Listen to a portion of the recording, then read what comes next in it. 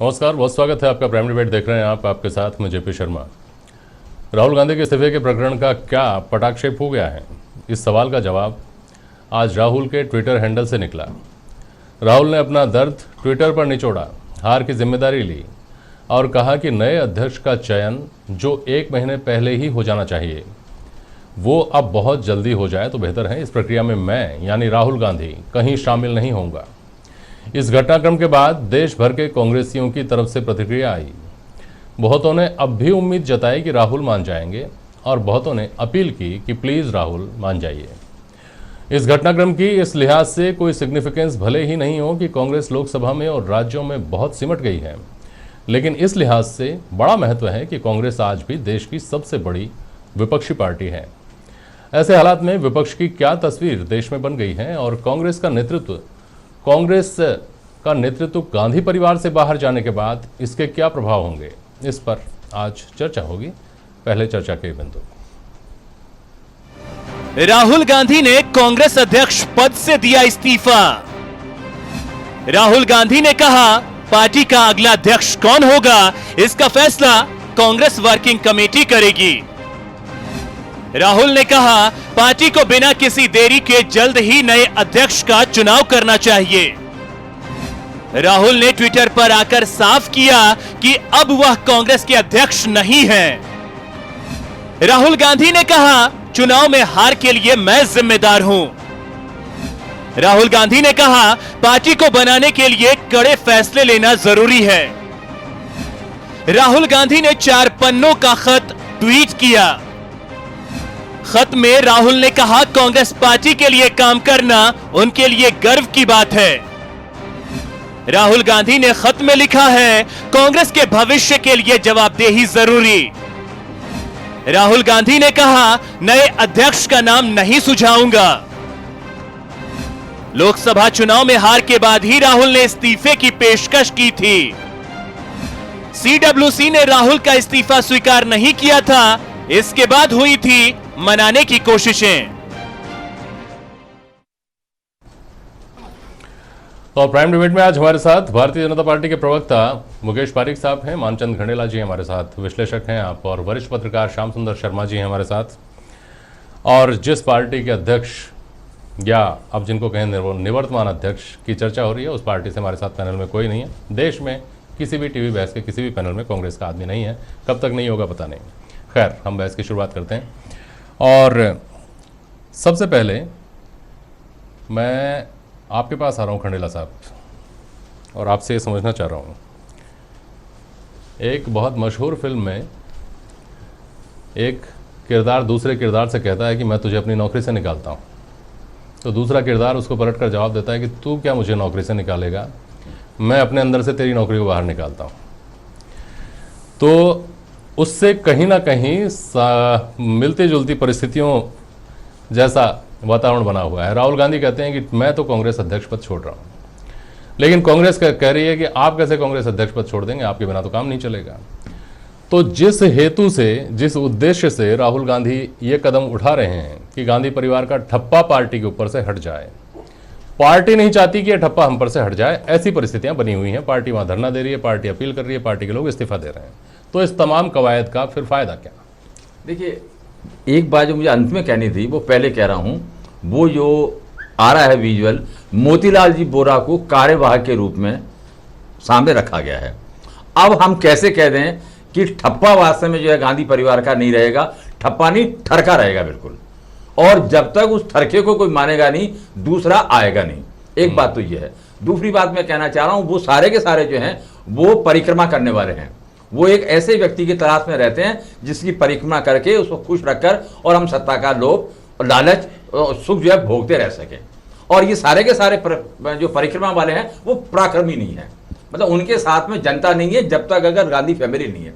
तीसरी बात मैं यहाँ पे कहना चाह रहा हूँ, मुझे पता नहीं क्यों कुछ इंट्यूशन हो रहा है कि राहुल गांधी त्यागपत्र तो पहले ही दे चुके थे, अब उसको और ज्यादा सार्वजनिक करके, क्योंकि अंदर अंदर आप उसको मान नहीं रहे थे, इसलिए उन्होंने बिल्कुल सार्वजनिक कर दिया अब मैं नहीं हूं और अब मैं निवर्तमान हूं। और 5 तारीख को अपनी मम्मी के साथ में उनके चेकअप के लिए मैं बाहर जा रहा हूं, कब आऊंगा पता नहीं है। पहले भी राहुल गांधी जाया करते थे, पता नहीं होता था कहां गए हैं और पता नहीं होता था कब आएंगे। अब ये बात, चौथी बात मैं यहां पे ये कहना चाह रहा हूं, अगर गांधी फैमिली का कोई व्यक्ति पार्टी अध्यक्ष नहीं है, मान लीजिए कि पार्टी नहीं है।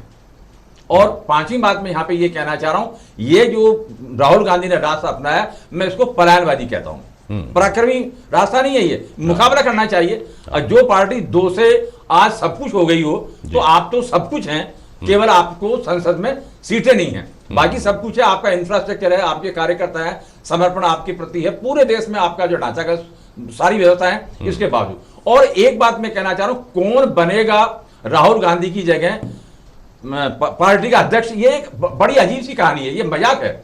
मतलब अगर मान लो कोई बनेगा, तो क्या वो बनने के बाद में हुक्म चला सकता है, निर्देश दे सकता है, आदेश दे सकता है, या किसी राज्य के मुख्यमंत्री को, जिसको कि राहुल गांधी ने बार बार कहा है कि मेरे साथ में किसी ने भी त्यागपत्र नहीं दिया। और जब वो ये कहते हैं तो ये नहीं कहते हैं कि झोटवाड़ा के ब्लॉक अध्यक्ष ने त्यागपत्र नहीं दिया, वो ये नहीं कहते हैं, वो ये कहते हैं किसी मुख्यमंत्री ने कहा, किसी प्रदेश अध्यक्ष ने कहा, किसी जो प्रभारी उसने कहा, किसी ने महामंत्री, जो महामंत्री भारी महामंत्री है, उसने कहा, नहीं कहा। इसका मतलब वो ये, अब राहुल गांधी वास्तव में अप्रत्यक्ष रूप से ये कहना चाह रहे हैं, आप सत्ता का सुख भोग लिया आपने, अब कम से कम कर्म करना प्रारंभ कर दीजिए, क्योंकि सामने जो प्रतिद्वंदी आपके सामने है, वो बहुत ज्यादा पराक्रमी है, और सब तरह की जो खेल राजनीतिक होता है वो उसको आता है। इसमें भी विरोधाभास है खंडेला साहब, इस पर मैं आऊंगा आपके पास वापस, लेकिन श्याम जी पहले मैं आपके पास आ रहा हूँ। और एक बात तो निश्चित तौर पर माननी होगी श्याम जी, कि राहुल गांधी ने जब ये बात टॉस कर दी थी कि मैं अध्यक्ष नहीं रहूँगा, मैं हार की नैतिक जिम्मेदारी लेता हूँ, उसके बाद इस बात के तो दरवाजे बंद हो गए थे कि वो अपना इस्तीफा वापस ले लें। अगर उन्होंने इस्तीफा वापस ले लिया होता तो बहुत भारी किरकिरी हुई होती कांग्रेस के देश में।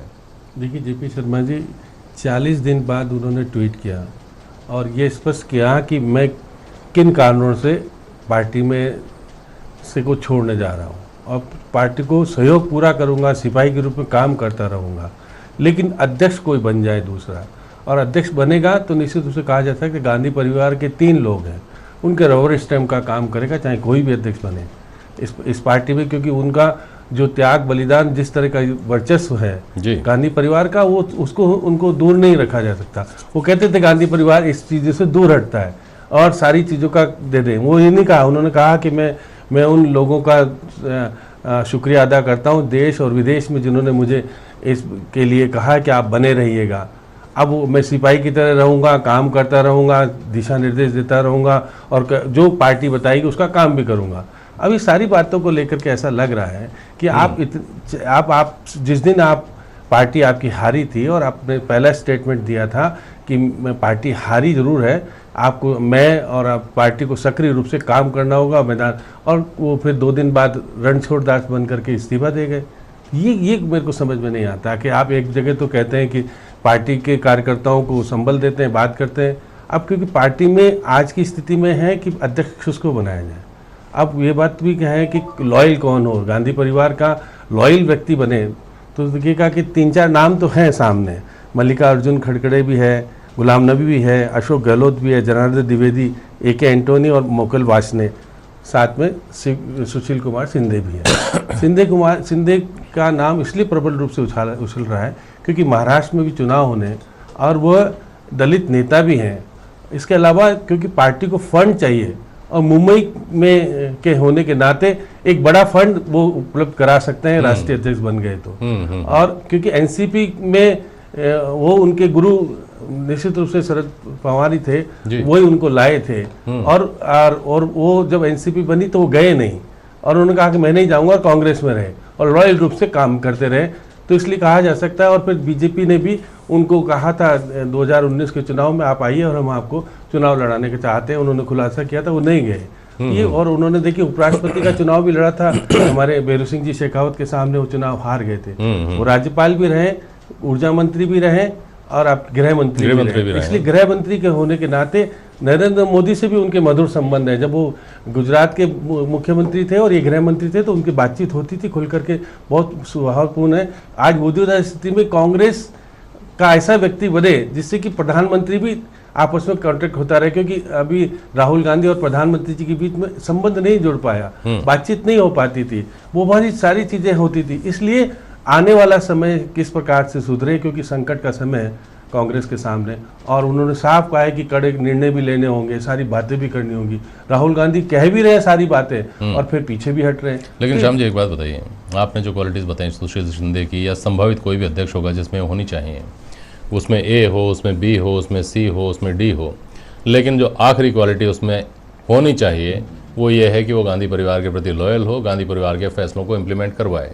ये सच्चाई है, और ये सच्चाई भले ही नहीं हो, लेकिन ये सच यही माना जाएगा अंत तक। भले ही कोई व्यक्ति इंडिपेंडेंट फैसला लेने वाला आ जाए, इंडिपेंडेंट तरीके से पार्टी को चलाने वाला आ जाए, लेकिन हमेशा ये माना जाएगा कि गांधी परिवार का मोहरा भर है ये व्यक्ति। ये कितनी बड़ी चुनौती है। देखिएगा, क्योंकि मैं पहले ही कह चुका कि जब परिवार में 3 लोग, अब देखिए प्रियंका आई तो उनका भी सारी बातें मानी जाती है, सोनिया गांधी आज भी यूपीए की चेयरपर्सन है, उनको हटाया नहीं गया। तो ऐसी स्थिति में ये तो कहना गलत होगा कि इन तीनों सदस्यों की नहीं चलेगी, पूरी तरीके से चलेगी।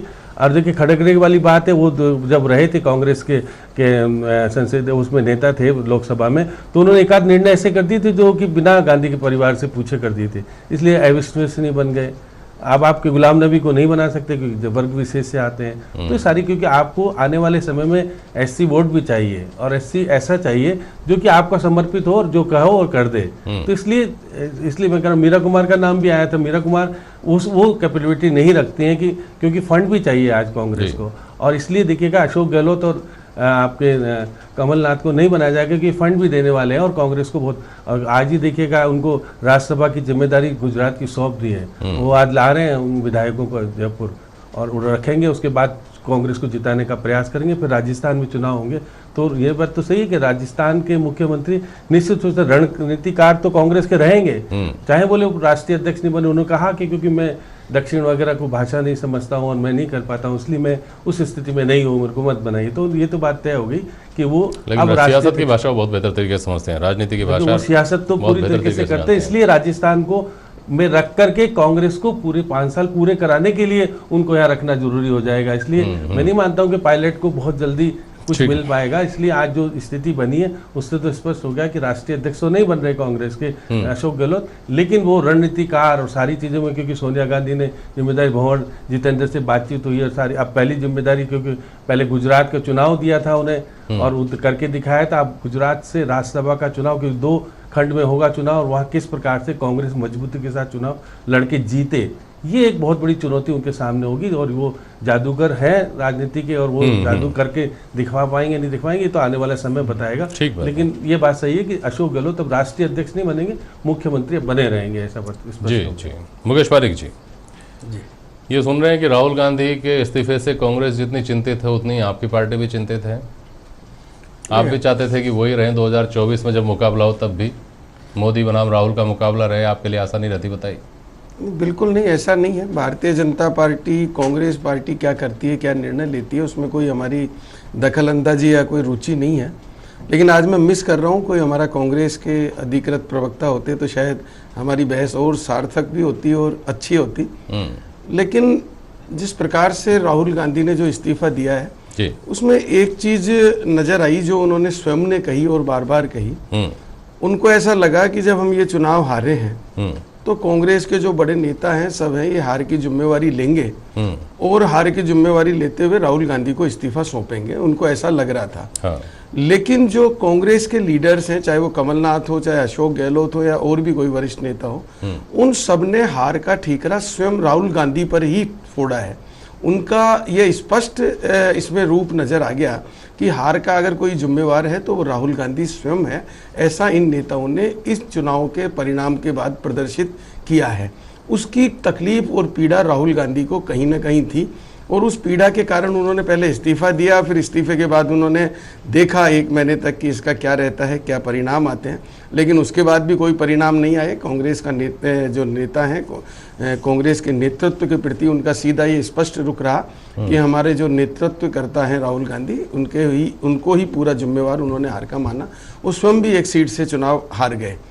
तो कांग्रेस का कौन लीडर रहता है, कौन नेता रहता है, लेकिन उनकी जो नीति और नीयत है जब तक वो जनता के सामने स्पष्ट नहीं होगी, जब तक जनता कांग्रेस पर विश्वास नहीं करेगी। आज कांग्रेस बहुत अधिक सिमट गई है, जनता का जो जनाधार है उनका वो काफ़ी कम हो गया है। और मुझे ऐसा लगता है कि राहुल गांधी कहीं ना कहीं एक स्ट्रेटेजी के अंतर्गत कि मैं अगर हट जाता हूं तो हो सकता है कि हमारे कांग्रेस को कुछ बल मिले, एक बार जो जनता के सामने जो वो टारगेट बन गए थे उससे कुछ उनका पीछा छूटे। तो मेरे को ऐसा लगता है कि ये सब कुछ सोच समझ के और एक आपके स्ट्रेटेजी काम की बातें कुछ लिखी हैं राहुल गांधी ने ट्विटर में, जो उन्होंने इस्तीफा दिया है उसको लेकर। राहुल गांधी कह रहे हैं कि हमारे देश के संस्थागत ढांचे पर कब्जा करने का आरएसएस का घोषित लक्ष्य पूरा हो चुका है। हमारा लोकतंत्र बुनियादी तौर पर कमज़ोर हो गया है, संविधान पर हमले हो रहे हैं, देश का ताना बाना नष्ट करने की कोशिश हो रही है। चुनाव के लिए संस्थानों की निष्पक्षता जरूरी है, जो कि नहीं है देश में। अभी लोकतंत्र कमजोर हो चुका है। मुकेश पारिक साहब, अगर ऐसा उनको लग रहा था तो वो तो आज भी जितनी भी संख्या है उनकी, लेकिन विपक्ष में तो वही है सर्वाधिक। उनको इस चीज का मुकाबला करते, वो हमारी इन चीजों को उजागर करते कि हम ऐसा कर रहे हैं। देखिए, उन्होंने जो कहा है वो चुनाव के पहले भी ये बातें कहते आए हैं। ऐसा नहीं है कि ये उन्होंने अभी चुनाव के और हारने के बाद कहा, उन्होंने पहले भी कहा। वो जब 3 स्टेट में चुनाव जीत गए तो उन्होंने ईवीएम मशीन के लिए कुछ नहीं कहा। जैसे ही वो और कहीं हारे तो ईवीएम मशीन पर दोषारोपण करने गए। मैं आपको यही मैंने आपसे पहले दोहराया कि जब तक कांग्रेस की नीति और नीयत स्पष्ट नहीं होगी, जनता इस बात को अच्छे से जान गई है कि ये सत्ता में और शासन में रहते हैं जब इनका कुछ अलग रवैया रहता है, और जब विपक्ष में होते हैं तो ये जनता की पीड़ा को, जनता की सेवा बिना सत्ता के रहने का सोचते भी नहीं है। और इन बात से इनका कोई सरोकार नहीं होता है कि हमको जनता के बीच में रह के, जनता की जड़ों से जुड़ के ही हम सत्ता में वापस आ सकते हैं। इनका ऐसा कुछ नहीं है। ये सिर्फ और सिर्फ भारतीय जनता पार्टी और एक भारतीय जनता पार्टी के नेतृत्व पर झूठे आरोप लगाते हैं। इन्होंने जिस प्रकार से राहुल गांधी ने इन चुनाव में जो रूप दिखाया वो कोई शोभनीय नहीं था, और जनता ने उसको सिरे से नकार दिया, और उसका परिणाम ये रहा कि कांग्रेस इन चुनावों में और बुरी तरह पराजय हुई।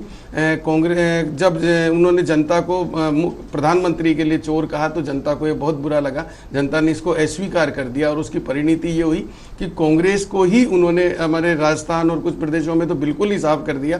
तो जनता ने इस चीज़ को स्वीकार नहीं किया। राहुल गांधी को मनन और चिंतन तो इस बात पे करना चाहिए कि हम जनता से क्यों दूर हो रहे हैं, हम क्यों झूठों पे झूठ और बार बार जो झूठे आरोप लगाते हैं उनसे निकलें, जनता की सेवा करें और एक सकारात्मक विपक्ष की भूमिका निभावें।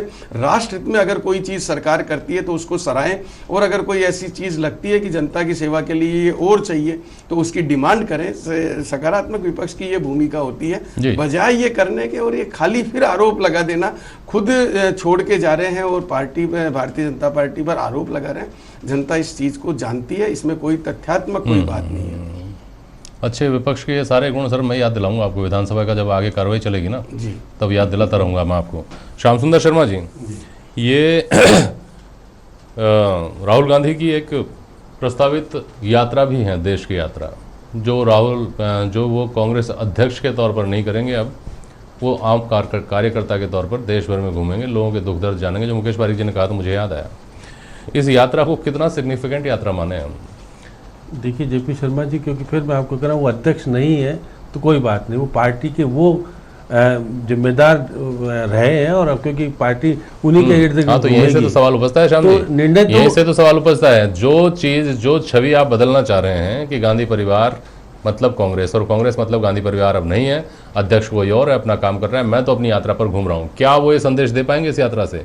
लोगों को सबको समझ में आता है कि सत्ता का केंद्र कहाँ है, शक्ति का केंद्र कहाँ है कम से कम। देखिए, हर व्यक्ति कह रहा है कि राहुल गांधी बना रहना चाहिए।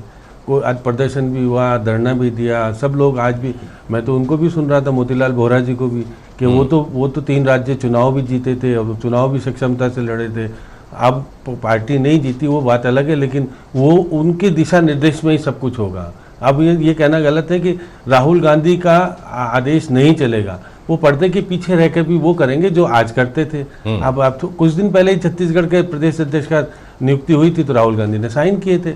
अब 40 दिन में आपने कामकाज भी किया कांग्रेस का, और आप ये भी कहलाए कि आप वो माँ को चेकिंग कराने के लिए जाएंगे, तो वो तो एक व्यक्तिगत है कि वो जाता है, माँ सबकी माँ होती है तो उसको चिंता भी होती है, बुखार बीमार कोई गंभीर बीमारी से भी पीड़ित है तो निश्चित रूप से उनके लंबे आयु हो और वो ठीक भी करा के लाएं।